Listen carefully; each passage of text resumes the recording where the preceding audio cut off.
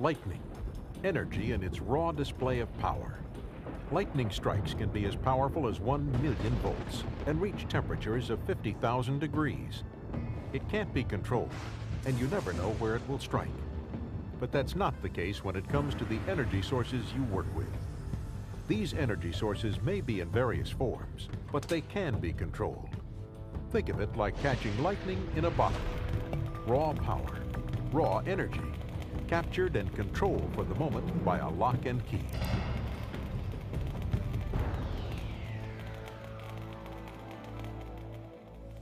The Occupational Safety and Health Administration, or OSHA, created the lockout-tagout standard to protect employees from the unexpected startup or release of stored energy from equipment that could harm a worker performing service or maintenance. Employers must have a written, step-by-step energy control plan that follows the OSHA standard. Employees need to be familiar with and understand the lockout-tagout plan.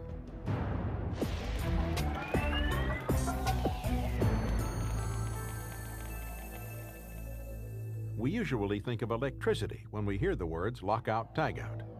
Electrical energy is present in power transmission lines, circuit breakers, motors, and even in devices such as batteries that store electrical energy. There are other types of energy used in the workplace besides electricity. Hydraulic energy is fluid under pressure. Lift trucks are often run by hydraulic energy. Pneumatic energy is air under pressure. Nail guns use this type of energy. Pressurized liquids and gases, including steam and chemicals, are energy sources present in pipes, supply lines, and storage tanks. Many machines use combined energy types. For example, some hydraulic systems use electric motors to run the pumps that create the hydraulic energy. The lockout-tagout standard applies to all of these types of energy, as well as any other hazardous energy source that can cause bodily harm.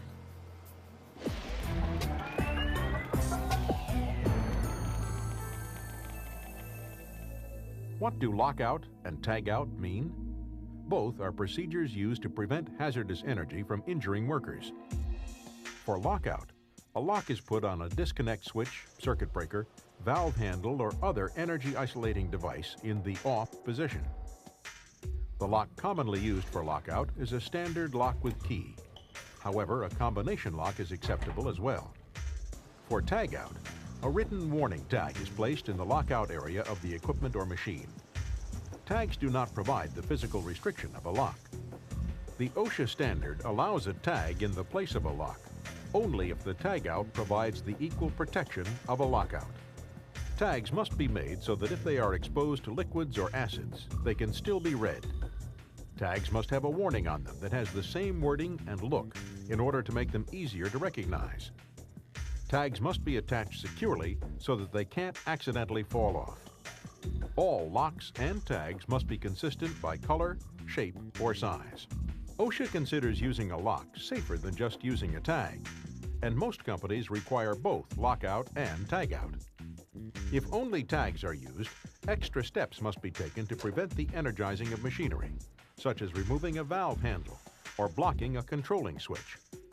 Employees should be trained in the limitations of the tagout system.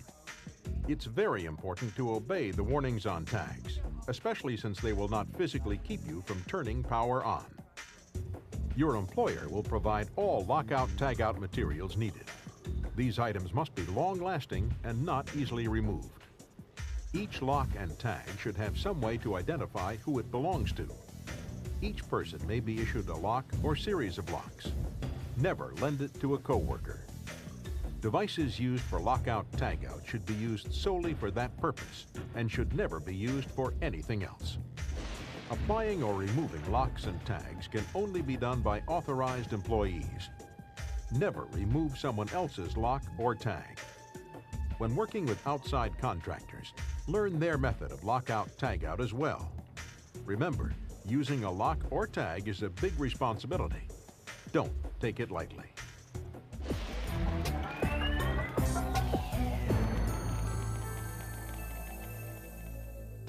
According to OSHA's lockout-tagout standard, whenever performing service or maintenance on any machine where an unexpected startup or the release of stored energy could cause injury, lockout-tagout procedures must be followed. Service and maintenance activities require lockout-tagout if the employee is required to remove or bypass a guard or safety device, or place any part of his or her body into a machine process point of operation or associated danger zone. Minor adjustments that take place during or are part of normal production are not part of the standard. Sometimes equipment may be de-energized simply by unplugging it. Cords and plugs are exempt from lockout-tagout if energy is completely removed by unplugging the source, and the plug must be under the exclusive control of the person working on the equipment. The use of a plug lock prevents it from being put into a socket and is a good option. Who are authorized and affected employees? An authorized employee is the one who physically locks and tags out a machine in order to perform service or maintenance. An affected employee is someone who does not actually perform service and maintenance, but may operate the machinery or work in the area where the service or maintenance will be performed.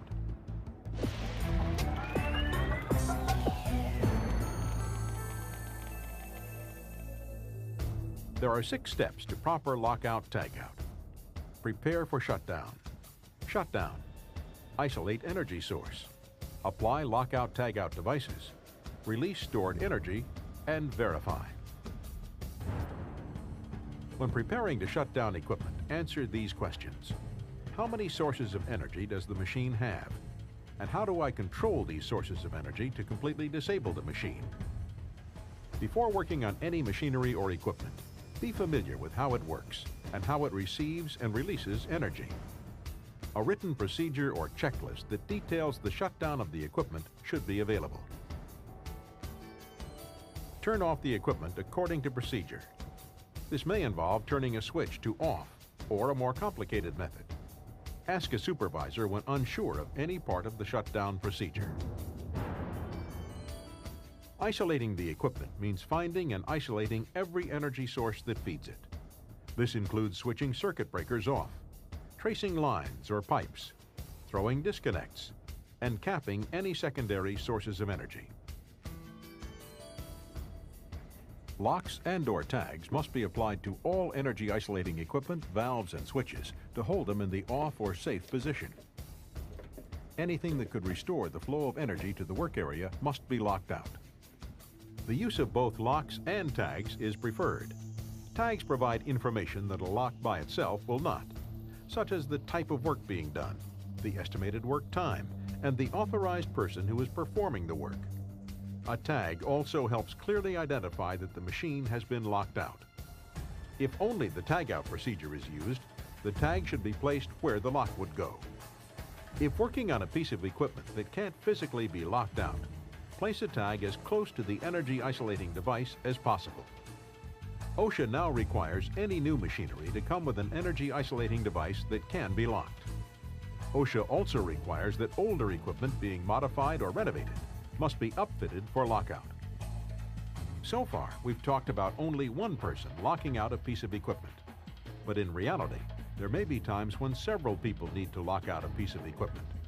Your employer has a written procedure detailing how to do this. Generally, in multiple lockouts, OSHA allows one authorized person to lock out each energy source. The key to each lock would be placed in the lockbox. Then all other authorized persons who will be working on the equipment lock the lockbox shut with their personal locks. No one can get to the keys to unlock the equipment's energy sources until all personnel have removed their locks from the box. This method ensures that each person is protected. True or false? Once locks and tags are placed on energy sources, the worker is safe. The answer is sometimes true and sometimes false. What makes the difference? Some equipment stores up energy, and this is a hazard. To ensure protection, relieve, disconnect, or restrain any hazardous energy that could be present. Check that all moving parts have stopped. Relieve trapped pressure. Blank pipe flanges and block or support elevated equipment. If it's possible that energy might still build up, check it continuously until you have completed servicing or maintenance, or until the hazard no longer exists. Check the steps. Make sure every energy source is shut down, blocked off, controlled, and locked or tagged out. Tell everyone in the lockout area that the equipment will be tested to verify that all energy sources have been controlled. Make sure that everyone is away from the area. Press all start buttons, pull all start levers, and try any other activating controls that might restore power to the machine. This includes checking remote computer controls. After checking all power sources, make sure to return them to the off position. This is very important as it prevents the equipment from starting by itself when energy is restored. After verifying that all energy sources are controlled, it is safe to begin work on the equipment. Now let's quickly review the 6 steps for shutting down and securing energy sources. Step 1. Prepare for shutdown. Step 2. Shutdown. Step 3. Isolate energy source. Step 4. Apply lockout/tagout devices. Step 5. Release stored energy. Step 6. Verify.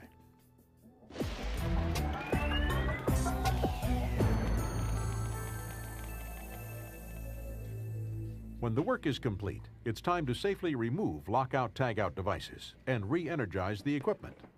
The OSHA standard has 3 steps that cover this procedure. The first step is to restore the work area to operating conditions. This means ensuring that all tools have been removed from the work area and double-checking that all equipment components are in place and in working order. Machines must be operationally intact. It's also important to replace safety features, such as machine guards, and close any access panels that were open. Before removing any locks or tags, all affected employees must be told that lockout/tagout devices are going to be removed. Employees must also be informed after all lockout/tagout devices have been removed. This can be done by gathering everyone together or by a checklist of affected employees. Before removing any devices and before re-energizing equipment, make sure that all employees are safely out of the operating area. After notifying everyone that lockout/tagout devices will be removed, begin taking locks and tags off. Each device must be removed by the person who put it on. If the person who placed the device on the equipment is not present, do not remove it yourself. A written energy control procedure will list certain steps to follow for this situation.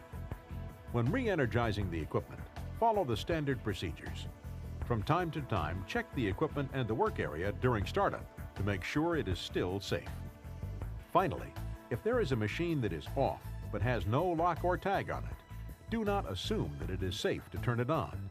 Double-check before restoring power to any machine.